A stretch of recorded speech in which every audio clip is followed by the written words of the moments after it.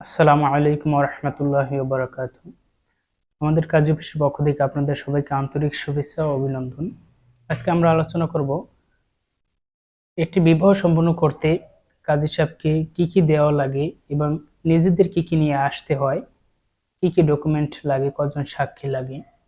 একটি বিবাহ সম্পন্ন করতে হলে প্রথমতই ছেলে এবং মেয়ের উভয়ের বয়সটা হতে হবে। মেয়ের 18+ এবং ছেলের 21 বছর হতে হবে। এবং দুইজনের যে ডকুমেন্ট প্রয়োজন সেগুলো হলো, আপনার যদি এনআইডি কার্ড থাকে তাহলে এনআইডি কার্ড, যেটা বাংলাদেশ জাতীয় পরিচয়পত্র, এবং সেটা না থাকলে জন্ম নিবন্ধন মেইন কপি। এগুলো না থাকলে আপনার একাডেমিক যেই কাগজপত্রগুলো আছে, যেটা বয়স লেখা আছে, মার্কশিট হোক, সার্টিফিকেট হোক, এগুলো নিয়ে আসলে আপনি কাজ অফিসের মাধ্যমে রেজিস্ট্রি করতে পারবেন। এবং 5জন সাক্ষী প্রয়োজন। কন্যা পক্ষ থেকে 3জন, ছেলে পক্ষ থেকে 2জন, মোট 5জন। সেক্ষেত্রে আপনি 4জন আনলেও করা সম্ভব। এবং লাখে 1400 টাকা দিতে হবে আপনার। আপনি যদি 1 লাখ টাকা কাবিন করেন তাহলে 1400 টাকা দিতে হবে।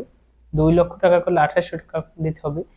এবং এভাবে ধাপে ধাপে আপনি 5 লক্ষ টাকা পর্যন্ত 1400 টাকা দিতে হবে। তারপরে পরের লাখ থেকে 100 টাকা